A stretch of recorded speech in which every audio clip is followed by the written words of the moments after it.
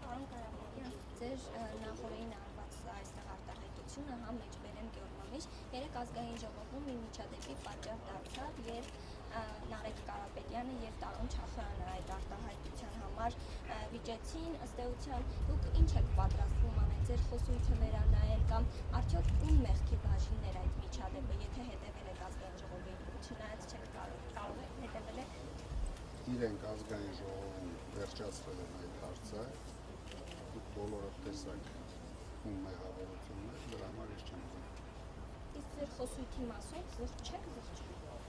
Այսինքն որ խոսույթի մասով, եթե դուք հարց եք տալիս ձեր բիզնեսները խլելու, իմ բիզնեսները խլելու մասին, ես ավելի հետաքրքիր խոսույթ ունեմ։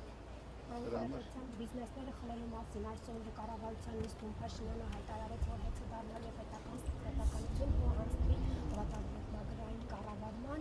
դուք գիտեք ում է հանձնվելու կամ որ ընկերությանը եւ ինչ կասեք այս մասին։ Իրենք դեռ պետք է կարողանան խլել, որ հանձնվի։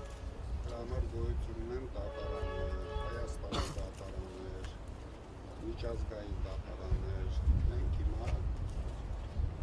պայքարում ենք իրենց ապօրինությունների դեմ։ Ինչ բան Բայց շահում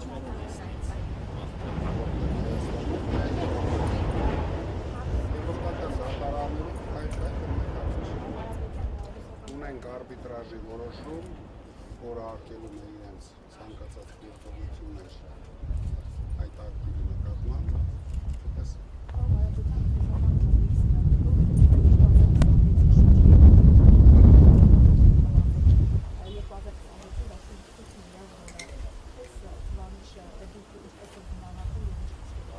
դրանից մեկ տարի առաջ ինչքանշնում 11 միլիարդ դոլարներ։ Ես դա համարում եմ այս անկարող կառավարության հաջողությունները, որ անպայման իրենք պետք է աղքատացնեն մեր դպրոցները։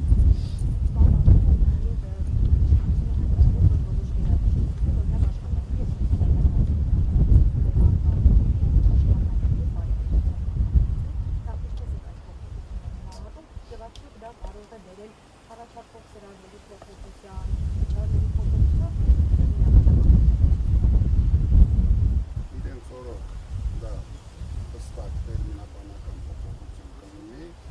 բայց բարեկեցություն բառը ինձ ավելի դիմադրեց։ պետք է անդրադառնալ եկեղեցու թեմային, մեկ տարի առաջ հայտարարում եք, որ եթե եկեղեցին, ապա դուք ձեր ձևով կմիջամտեք այդ ամենին, հիմա արդեն որպես քաղաքական ուժ, ոնց եք պաշտպանելու եկեղեցին եւ մի հարց վաղը ձեր ուժը ներկա լինելու է Էջմիածին դատարանում։ Անպայման ներկա լինելու են, դրանով էլ ցույց ենք տալու մեր պաշտպանությունը։ Պարոն Կարապետյան, դուք վարչապետ չդարձաք, բայց օրակարգում է ձեր քաղաքացիություններից հրաժարվելու հարցը։ Իհարկե։ Ինչ փուլում է։ Անընդհատ հարցնում ենք, չեք պատասխանում ուղղակի։ Այն փուլում է, երբ ինձ հնարավորություն լինի ազատվել տնային կալանքից, դրանից հետո նոր այդ հարցը կտակ։ Պարոն Կարապետյան, Արամ ժողովում բարձր ամբողջից նաև հնչեց, որ հեծը հավելագրումներ է արել հատկապես մանկապարտեզների եւ բանակի նկատմամբ ձեզ մեղադրելով, որ զինվորի եւ երեխաների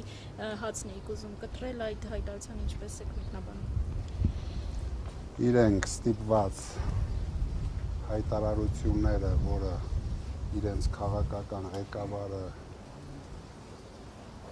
անում է, իրենք ստիպված դա կրկնում են, բայց դրա դիմաց չունեն ոչ մի ապացույց, արդեն 1 տարի 2 ամիս կառավարում են, չկա ոչ մի ապացույց, բայց հեծը գործող մարմին է, հեծում մոտավորապես 3000 մարդ հնարավորություն ունի այդպիսի ապօրինություններ անելու, դրա համար հիմա Փաշինյանը մսխել է 8.5 միլիարդ դոլար, ինչ, մենք անգնենք ասենք, որ 8.5 միլիարդ դոլարը կերել է ինքը, չնայած միգուցե ինչ-որ մասից օգտվել է, բայց այդպիսի հայտարարությունները դա անպատասխանատու հայտարարություններ են, առավել ևս, երբ իրենց կառավարած դատարանը արդեն հերկել է այդ ամեն ինչը։ Պարոն Կարապետյան, պարոն Վարդևանյանը հայտարարեց, որ ընդդիմության ներկայացրած նախագծերը առաջարկեց քննարկել լիագումար նիստերում։ Դուք ունեք արդեն օրենսդրական փոփոխությունների փաթեթ եւ ըստ առաջնահերթության դրանք ներկայացնելու համար, թե դեռ դրանք մշակման խմբագրման փուլում են։ Կամ փաթեթներ եւ կամ փաթեթներ խմբագրման փուլում։ Շատ լավ։ Շանում ենք էլի նիստից։ Շնորհակալություն։ Ինչպես է գնահատում Նիկոլ Փաշինյանի հայտարարությունները բարեգործության արգելքի մասին, հատկապես հիմա, երբ նա վերընտրվել է վարչապետի պաշտոնում եւ անհաշտ է մի տեսակ ուժեղ Հայաստանի ակտիվ գործունեության հետ փորձում է սրանով ձեզ սահմանափակել։ Իհարկե։ Քանի որ ինքը ունենալով ամբողջ պետության ռեսուրսը ոչինչ չի կարողանում անել, ստիպված պետք է սահմանափակել մարդկանց, ովքեր իրենց հնարավորություններով փորձում են ինչ-որ լավ բան անեն մեր գյուղացիների համար։ Պարոն Կարապետյան, ընդդիմադիր առաջնորդների հետ համախմբումից ինչ շնորհություն կա, այս առումով ինչ աշխատանքներ են տարվում։ Շատ ակտիվ համախմբվում ենք, մի անհանգստացեք։ Ինչպես, այսինքն Ինչպես։ քննարկումներ են եղել, տեսակցություններ Եղել են, լինում են, ում հետ օրինակ ոնց կարան գաղտնիքի ասել, նախկին բռնել նախագահ կտակելի, օրինակ, պարոն Կարապետյան, նախկին նախագահ Հայաստանի Հանրապետություն։ երբ ընդդիմությունը համախմբվում է, եթե իրենք ցանկություն ունենային մեր գործընկերները ընդունեին իմ առաջարկությունը ուղիղ ետերում համախմբվեինք,